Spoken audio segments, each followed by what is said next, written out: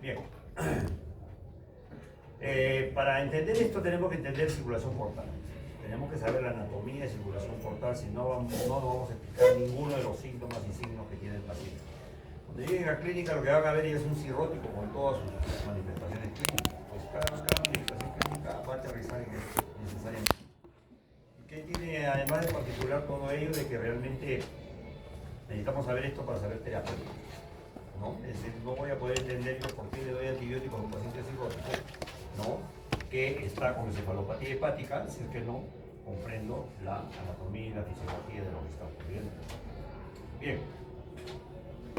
Debemos empezar señalando de que ustedes han visto un esquema, un hexágono, ¿no es cierto?, en todos los dibujos, que no es más que la expresión de lo que es el lobulillo hepático, ¿no? Y probablemente han visto este gráfico varias veces, donde en cada uno de los ángulos lo que tenemos es la triada portal, ¿no? La triada portal conformada por una rama de la vena portal, una rama de la arteria hepática y un conductillo biliar.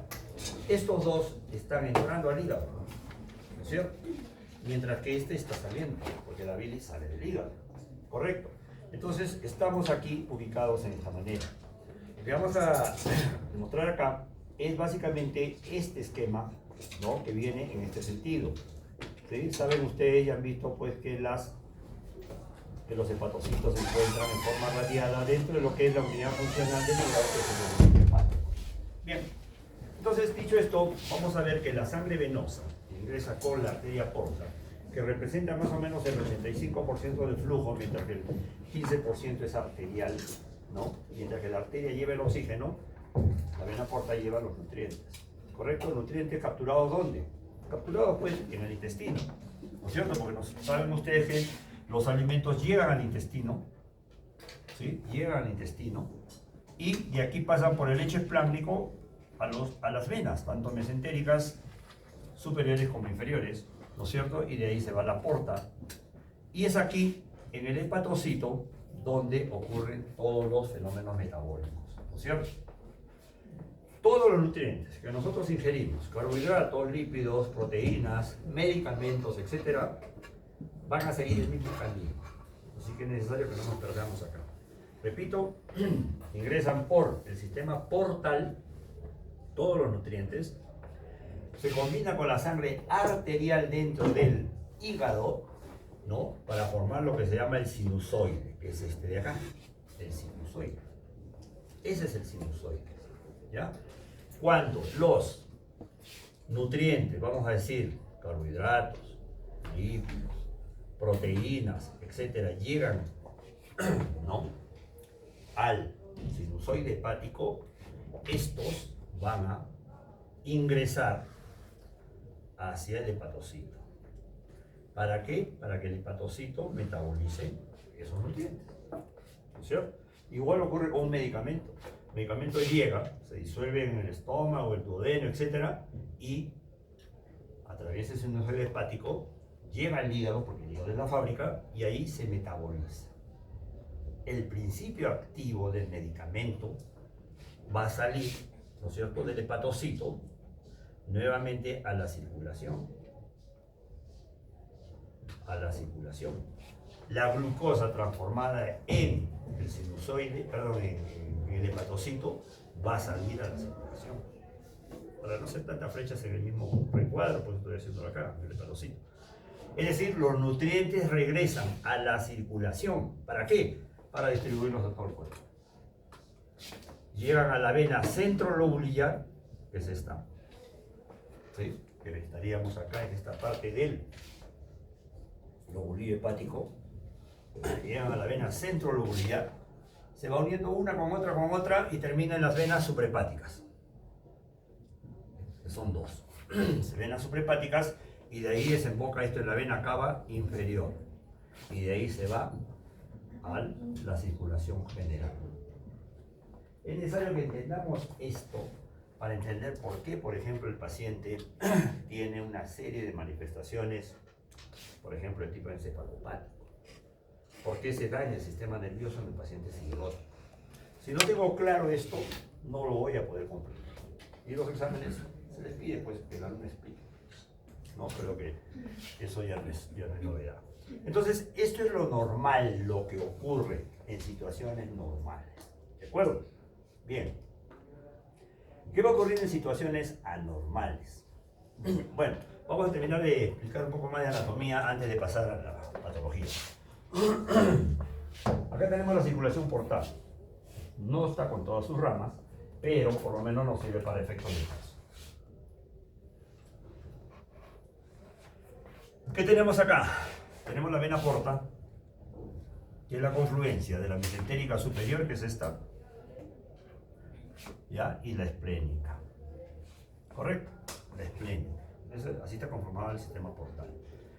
¿Qué estructuras importantes tiene? Vamos a identificar acá que tiene la vena mesentérica superior, la vena mesentérica inferior. Ya por anatomía sabemos qué lleva la vena mesentérica superior y qué lleva la vena mesentérica inferior. Por anatomía sé qué segmentos del intestino delgado y parte del grueso tributa la vena mesentérica, y la arteria mesentérica por supuesto, e igual la izquierda. ¿Ya? Entonces, eso es fundamental poderlo entender.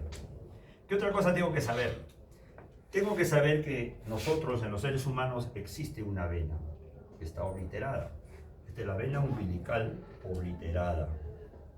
Vena umbilical obliterada, que sale por el ligamento redondo, que termina en el ombligo. ¿Y que saben ustedes que está cerrada? Pues está cerrada, ¿no es cierto? Que en la vida fetal tenía pues su actividad y que a ella tributaban una serie de venas que estaban debajo de la piel, las venas subcutáneas. Bien, ese es otro concepto anatómico. Otro concepto anatómico es esta vena importantísima, que es la vena gástrica izquierda, o coronaria estomáquica, como también se la llama, que acompaña a la arteria coronaria estomáquica por la curvatura menor del estómago. Fundamental conocerla porque esta vena drena la curvatura menor hacia el estómago. Y parte de la vena esofágica también se une aquí al sistema. Esto es sistema portal, que es muy diferente de la circulación sistémica. Eso hay que entenderlo también perfectamente bien. En el organismo tenemos tres sistemas portales. ¿Qué es un sistema portal? Aquel que nace en capilares y termina en capilares. Ese es un sistema portal. Y en el organismo existen tres, uno a nivel renal, uno a nivel hepático y otro a nivel hipofisial. Entonces, esos tres conceptos deben quedar. De tal manera de que este sistema portal debemos saber de dónde recoge la sangre para poder entender bien esto. ¿Y en qué sentido va la sangre? Pues la vena porta sabe que ingresa al hígado, ¿no es cierto? Partamos de ahí. Luego tenemos acá la vena gástrica izquierda, que como ven, la flechita apunta hacia la vena porta. Es decir, allí tributa, allí drena. ¿Correcto? Otro reparo anatómico. Las venas esofágicas tributan en la vena ácigos. La vena ácigos es una vena que muy poco de importancia le damos, ¿no? Cuando estudiamos anatomía del tórax, pero se encuentra ahí. En el dedo peritoneo, mediastino posterior, ¿no?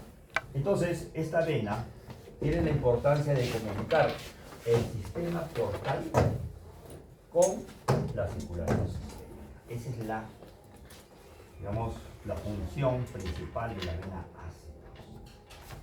Que tenemos en el organismo que no llama mucho la atención porque es una vena que en condiciones patológicas solamente funciona en forma como ocurre en la cirrosis. ¿Qué quiero decir con esto? ¿Qué cosa es la cirrosis? La cirrosis es más que una enfermedad crónica, irreversible, irrecuperable, que termina necesariamente con la vida del sujeto, caracterizado por nódulos de regeneración, ¿no? Ese es por definición lo que es la cirrosis. ¿Y por qué se caracteriza? Miren, cuando ingresan los vasos de la porta al interior, se empiezan a subdividir todos ellos. ¿Correcto? La vena porta tiene una presión de 5 milímetros de mercurio. Esa es su presión normal. Cuando un hepatocito es atacado, sea por una infección viral, sea por un tóxico, un veneno, un medicamento, etc., este hepatocito pues sufre daños, ¿no es cierto? ¿Quién es el elemento de defensa del sistema hepático? Los macrófagos, células de Kupffer. Entonces las células de Kupffer, ¿qué van a hacer? Liberar sustancias. ¿Cómo se llaman esas sustancias? Interleuquinas. ¿Cuáles son? No me interesa. Sé que libera interleuquinas. Y estas son las responsables ¿de qué? De lo que va a ocurrir a continuación. Volvamos a este esquema. Tenemos acá el sinusoide, tenemos la célula hepática. Esto que está aquí, a un lado del polo de la célula hepática, son los polos biliares, ¿no? Saben que los polos biliares, al igual que toditas las cañerías, se van juntando en una hasta formar un hueso que constituye dentro del lobulillo hepático los conductillos hepáticos. Estos son los conductillos biliares, perdón. Entonces, hemos dicho que el hepatocito recibe los nutrientes, el hepatocito recibe los metabolitos. ¿Cuál es la principal función del hígado? Formar bilis. ¿Para qué? Para botar lo que no le sirve. Pues eso es lo que hace. Lo que no le sirve lo bota acá, al conductillo biliar, ¿no? Para que finalmente salga como bilis. Sale como bilis. Todo lo que no le sirve al hígado lo bota a través de la bilis. Lo que le sirve lo regresa a la circulación general, al mismo sinusoide, para que vaya a la vena centrolobulbar, suprahepática y vena cava inferior. Y así se va a donde se le necesita. ¿No es cierto? Bien. Entonces, aquí entra un flujo a una presión determinada. ¿No es cierto? Recuerden que el 85% lo da la vena porta del flujo dentro del hígado. Pues bien, si yo tengo un problema de obstrucción,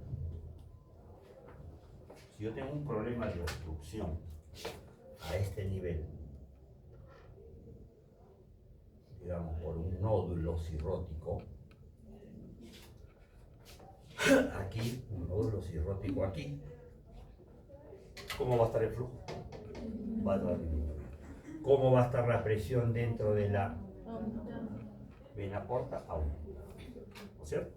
Miren, entonces cuando aparecen estos procesos obstructivos, es decir, los nódulos regenerativos dentro del hígado, empiezan a modificarse las presiones.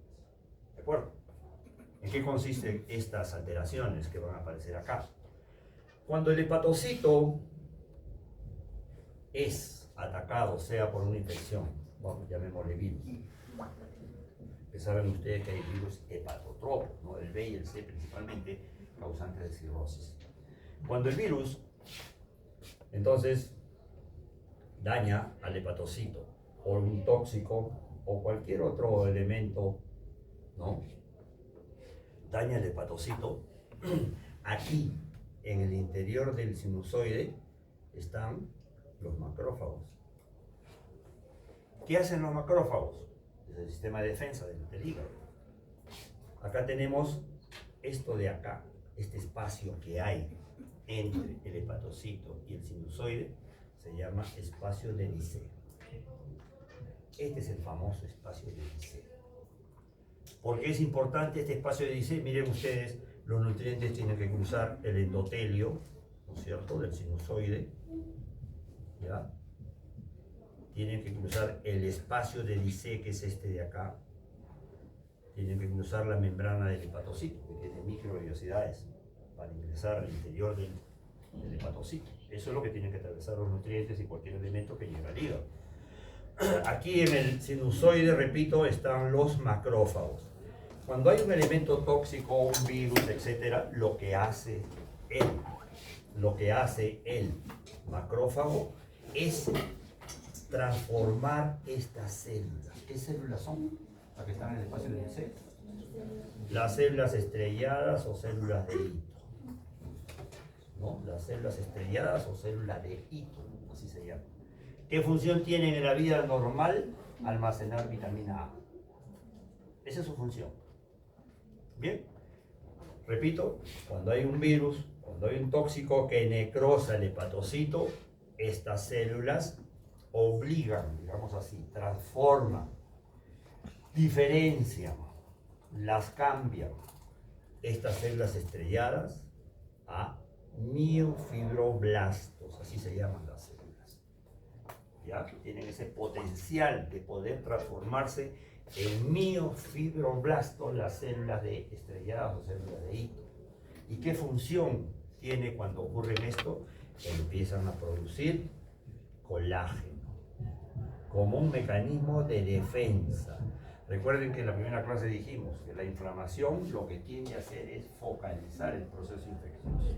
Entonces lo que quiere es encerrar, pues, todo esto que está necrosado, encerrado, ¿no es cierto?, dentro de un tejido que impida que todo esto avance. Ese es un mecanismo de defensa, pues, así es. Repito, activado por los macrófagos, las células estrelladas van a empezar a transformarse en miofibroblastos, a producir colágeno y de esa manera a bloquear el proceso infeccioso, el proceso inflamatorio. Eso es lo que ocurre en la vida real.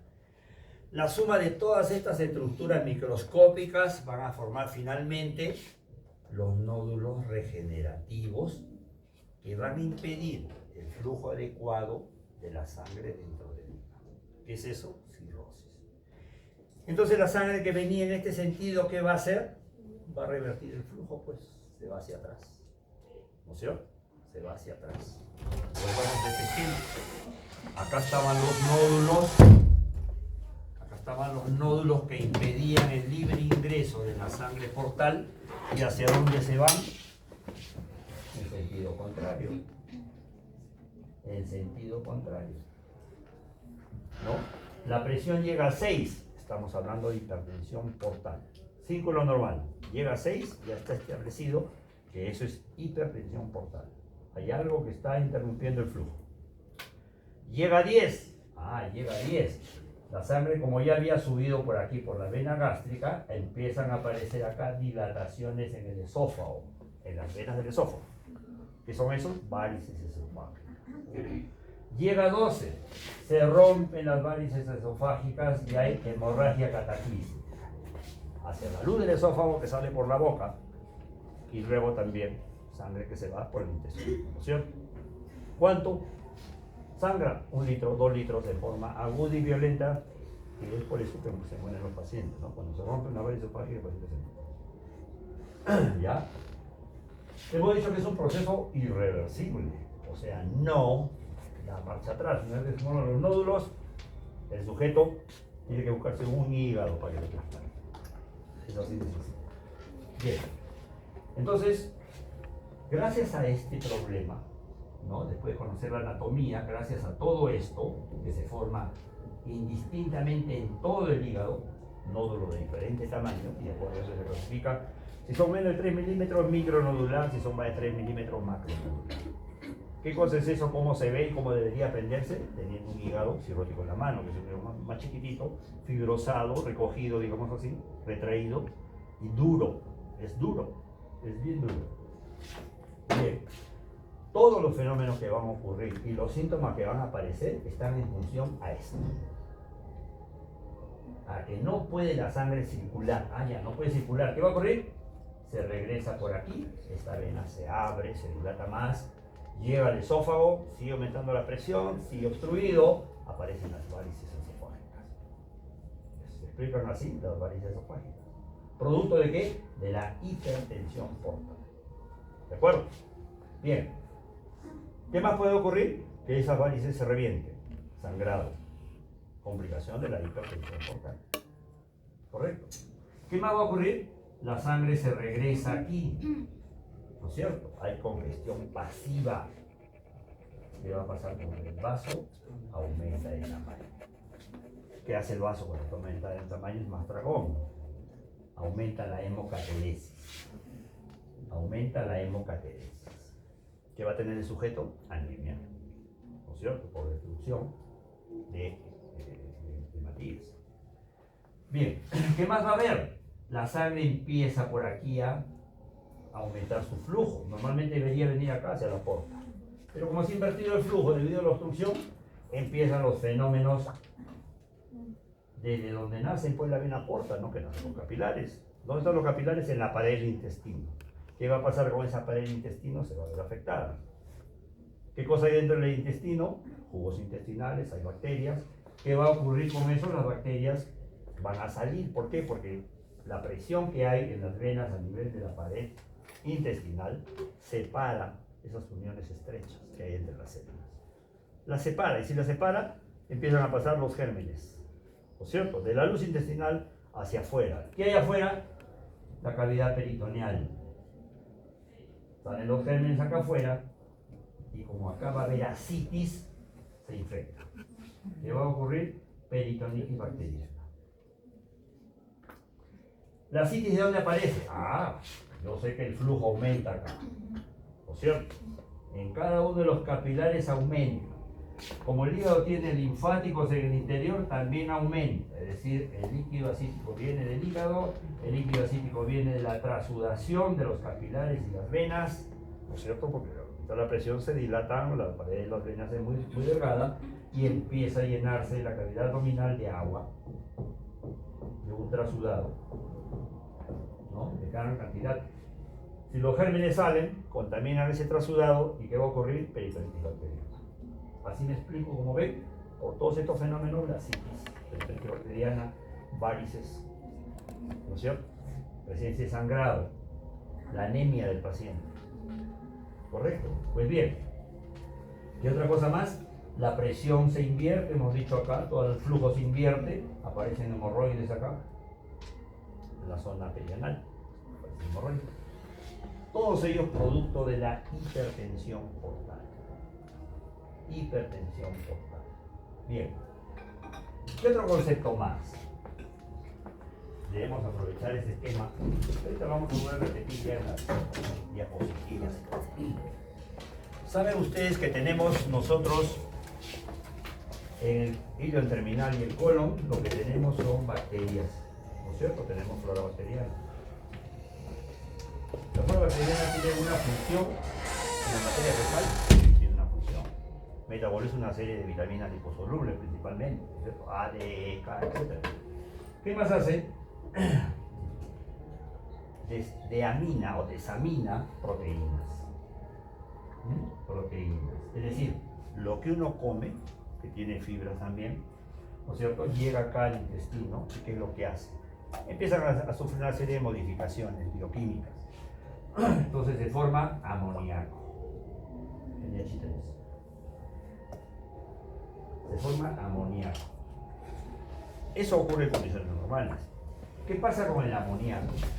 El amoníaco, producido aquí, va por los capilares, ¿no es cierto?, por de las venas mesentéricas, tanto la parte delgada, distal, ilion.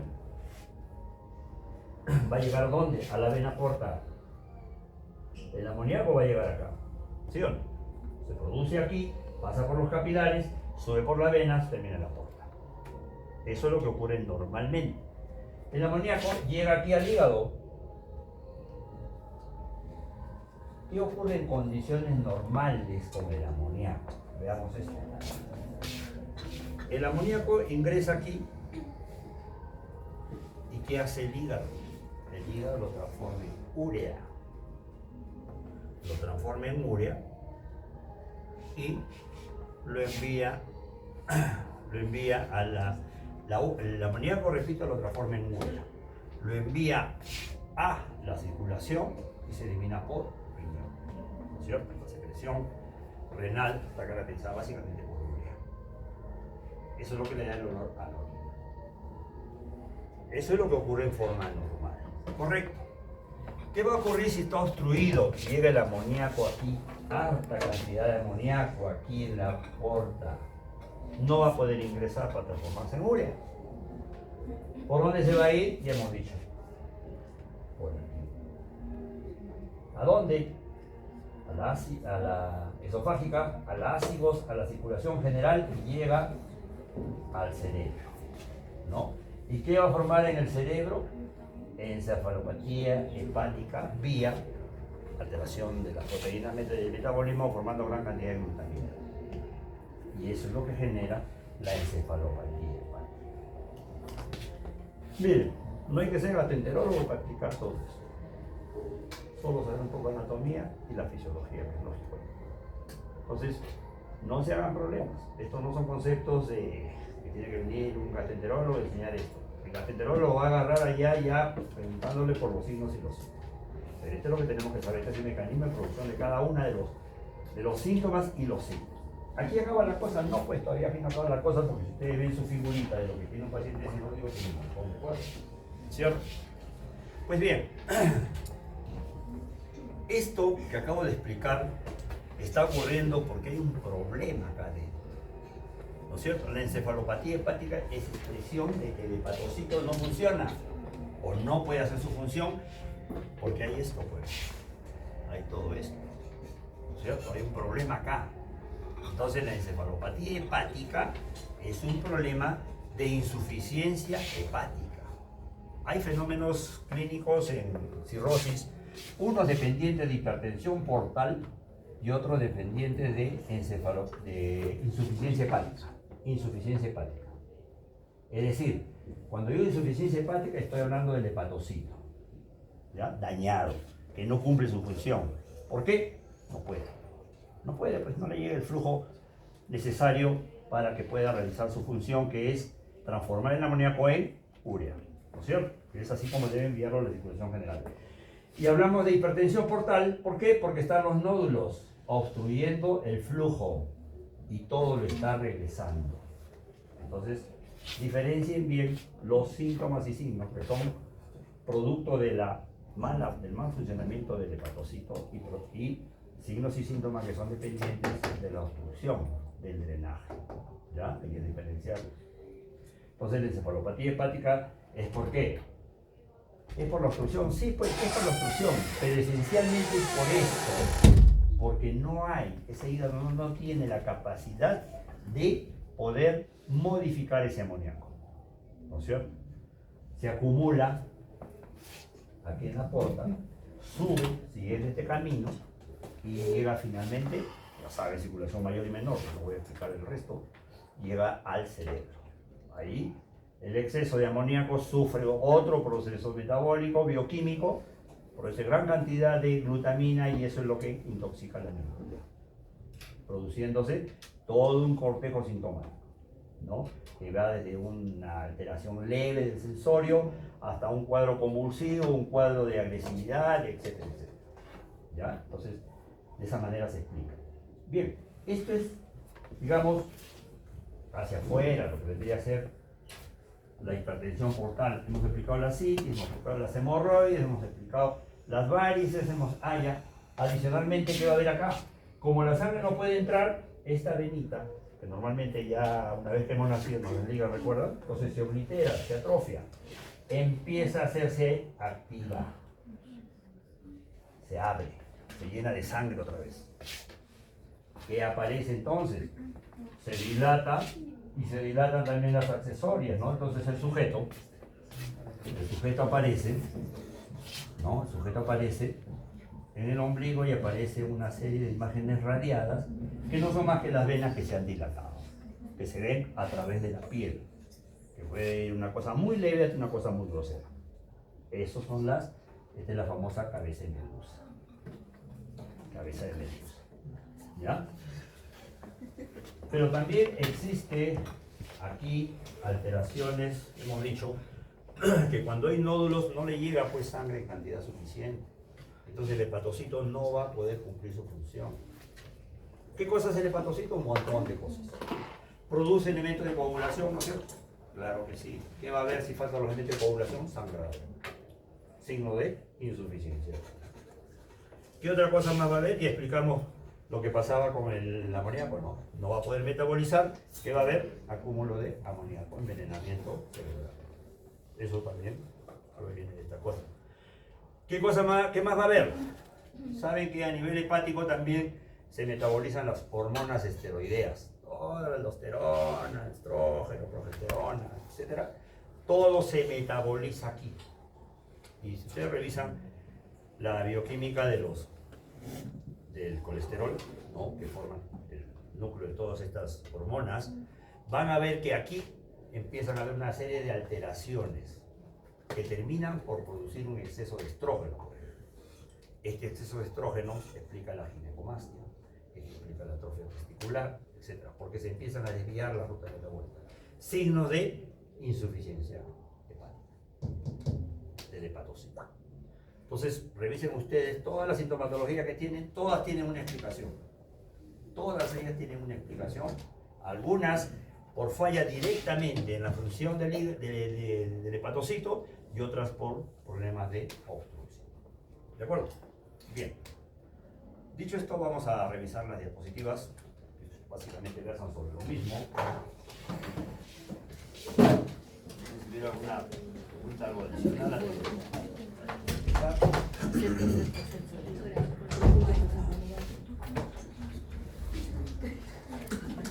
¿Por qué?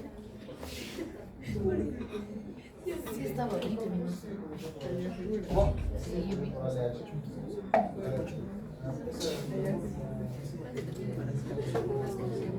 Ay, cierto.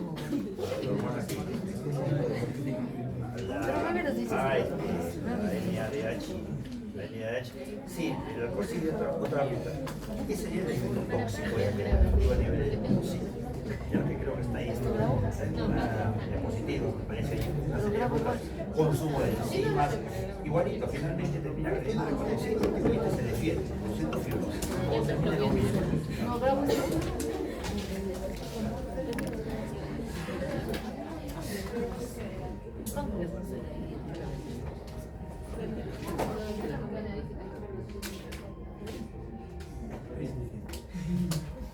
Bien. Vamos a revisar algunas láminas nada más que refuercen un poquito todo esto. Ya todo el resto de la clase ustedes la tienen ahí, son decenas de láminas, juntamos los 3 capítulos, ¿no? Acá vamos a tratar de hacer la parte de hígado, luego páncreas y apéndice, que están más o menos en el mismo tema. Bien. Este es el hepatocito, pues, ¿no? Visto ya en sí. Lo traigo aquí a colación para que más o menos veamos, pues, tenemos acá el sinusoide, ¿no? Acá arriba tenemos el sinusoide hepático, y ven, pues, que prácticamente el hepatocito está, pues, ¿no?, siguiendo toda una imagen radiada según este esquema, ¿no es cierto?, que va desde la tríada portal hasta la vena centrolobulaar. Si vemos un hepatocito, vamos a ver que tiene sus microvellosidades en contacto con el espacio del dice, ¿no es cierto? Este es el endotelio del sinusoide, ¿sí? Este es el espacio del dice, ¿correcto? Igual que acá, ¿no? Acá tenemos el endotelio y aquí tenemos el macrófago, ¿no?, que está en el espacio del dice. Bien, los nutrientes van a llegar por el lumen y van a atravesar el endotelio, el espacio del dice, van a sufrir una selección, digamos así, dependiendo, pues, del tipo de nutriente, a nivel de las microvellosidades, y va a ingresar al interior, y luego se van a dirigir para ser metabolizados en el retículo endoplásmico, sea rugoso, sea liso. ¿No es cierto? Lo que no le sirve lo va a botar a través del polo biliar, como hemos dicho, ¿sí? Y lo que sí le sirve va a regresar, ¿no?, a la circulación sinusoide, para irse a la vena centrolobulaar y ahí llevarlo donde se le necesite, ¿cierto? Aquí vamos a señalar con estos cuadritos 3 patologías, que eso ya lo van a ver en gastro. En gastro ya no van a tener tiempo de revisar estas cosas, y no ya de frente van a ir a describir qué es el síndrome de Gilbert, el síndrome de Crigler-Najjar, enfermedad de rotor y Duriñón. Cada una de ellas con un patrón fisiopatológico y de laboratorio característico, ¿no? Entonces ya en detalle lo van a ver eso. Bien. Este es el ovurio hepático, ¿no?, con su tríada portal, donde están ingresando 2 elementos, rama de la porta, rama de la arteria hepática, ¿ya? Y que finalmente van a terminar uniéndose en un sinusoide para ir a la vena centrolóbular, ¿no? La vena centrolóbular se va dividiendo en forma sucesiva hasta conformar la vena suprahepática para ir a la circulación sistémica, ¿no? Y esta es la vena centrolóbular. Bien, este es el esquema que acabo de hacer, ¿cierto? Tenemos acá conductivo biliar, rama de la arteria hepática, rama de la vena porta, el sinusoide, el espacio de hélice con las células estrelladas, el hepatocito y sus polos biliares. Vena centrolóbular, suprahepáticas y vena cava. ¿Qué es lo que va a ocurrir realmente ahora? ¿Qué es lo que va a ocurrir, ¿no? En los fenómenos cirróticos? Hemos dicho que cuando la célula es agredida, el macrófago que se encuentra aquí responde liberando interleuquinas para formar a punto de partida de las células estrelladas.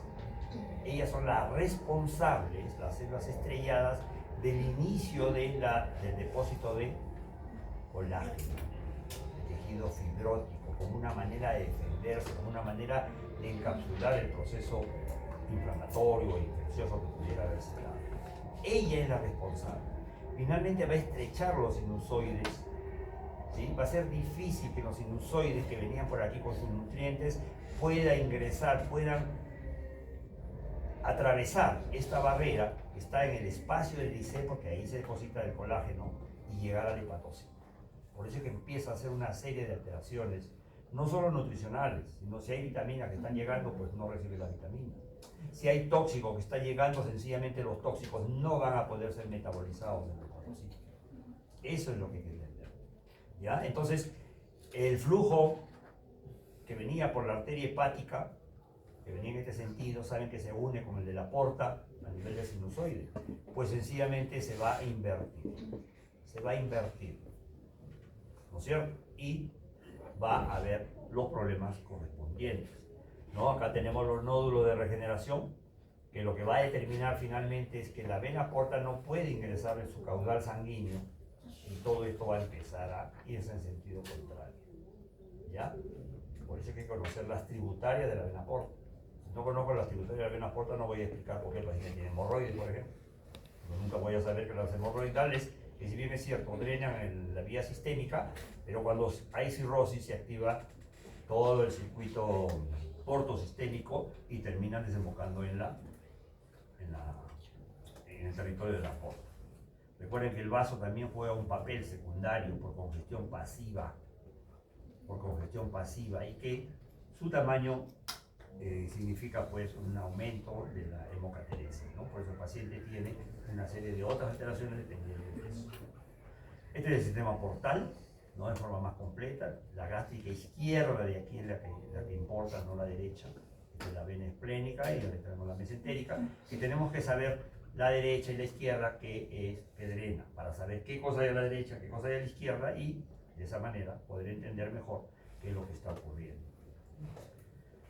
Esto es básicamente lo mismo. Acá tenemos la vena gástrica, la vena esofágica, y aquí tenemos el sistema de la ácigos, donde drenan las venas esofágicas. Por eso es que la presión se transmite, pues, ¿no? Por eso es que el amonio logra entrar aquí, sigue esta ruta, desemboca en la vena cava superior, y de allí sigue la circulación menor, y se va por la circulación mayor hacia el cerebro, ¿no? Hacia el cerebro, donde finalmente se van a ver los efectos. Recuerden que en el intestino tenemos flora intestinal, no flora bacteriana, compuesta por bacterias, el nombre lo dice. Predominan los anaerobios. ¿Y para qué me sirve este concepto? Me sirve para lo siguiente, ¿no? En clínica ya, ¿qué cosa te van a preguntar? ¿Por qué le doy antibióticos a este paciente que está con alteraciones del sensorio, o para prevenir alteraciones del sensorio?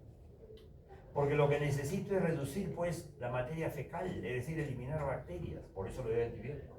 ¿Por qué le doy elementos para que tengan diarrea? Porque eso se hace en los pacientes cirróticos. Para eliminar gran carga de materia fecal y no me produzca mucho amonio. Y ya sé qué cosa hace el amonio cuando se acumula, ¿no es cierto? Ya sé qué cosa hace el amonio cuando se acumula. Cuando el paciente sangra, porque la presión portal aumentó aquí en las venas esofágicas, llegó a 12, ¿no? El hecho de sangrar, ¿qué hace? Libera hemoglobina. ¿Qué es la globina? Proteína. Entonces, ¿qué debo hacer con estos pacientes que tienen cirrosis? Restringirle el uso de proteínas. no le debo dar muchas proteínas porque me va a producir mucho amonio, pues. Porque las bacterias no se las voy a poder erradicar al 100%. Va a disminuir la carga bacteriana, pero no lo voy a poder erradicar todo. Cuando un paciente sangra, la globina, que es una proteína, viaja por el intestino.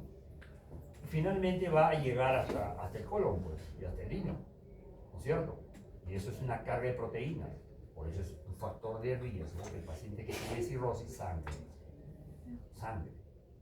Entonces el sangrado, que puede ser una úlcera que tiene mayor incidencia en los pacientes cirróticos, tiene que ser controlado. Tiene que ser controlado. ¿Y esto qué cosa? ¿De qué estoy hablando? Del tratamiento. Estoy hablando del tratamiento nada más.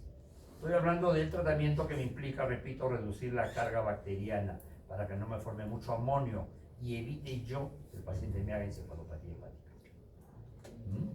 Entonces, eso es lo que tengo que entender. En la citis usted va a encontrar ahí que hay una serie de teorías que explican la citis, ¿no? El hecho de que aumente la presión dentro del linfático, dentro del hígado, es una teoría. El hecho que aumenta la presión capilar en el leche plásmico, que es todo eso que está con rayitas de leche plásmico, que viene del vaso, del hígado, estómago, páncreas, intestino delgado, intestino grueso, etc. Todo eso forma leche plásmico. Todo lo que va a vertir en la porta forma leche plásmico. Entonces, hay una serie de teorías, repito, que explican la citis, ¿no? La teoría más aceptada que la tienen ahí, la teoría de la vasodilatación arterial. ¿Cómo? Estamos hablando de venas y de dónde aparece la vasodilatación arterial. Claro, pues, la arteria hepática ingresa también al hígado, ¿no es cierto? Y tenemos vena mesentérica también, dentro del abdomen. Tenemos las venas, tenemos la arteria mesentérica superior y la arteria mesentérica inferior. Cuando ocurren estos fenómenos, todo se encharca, todo se congestiona. Vale decir, aumenta el volumen dentro de los vasos que están en el abdomen, ¿no es cierto? Aumenta el volumen de la sangre que está dentro de los vasos abdominales. Si aumenta el volumen, ¿no?, a nivel del territorio venoso, igual aumenta dentro del territorio arterial, claro. Se detiene el tráfico, pues, porque la sangre viaja por la arteria, pero si está detenido hacia adelante en las venas, o sea, después de la salida de las células, todito se congestiona en forma retrógrada. Si se congestiona en forma retrógrada, hay caída, ¿no es cierto?, de la precarga. Es decir, menos sangre va a ir por las venas suprahepáticas hacia la vena cava. ¿Correcto? Va a ir menos sangre, repito, por las venas suprahepáticas a la vena cava, porque no está ingresando sangre al hígado, ¿no es cierto? Entonces hay menos volemia.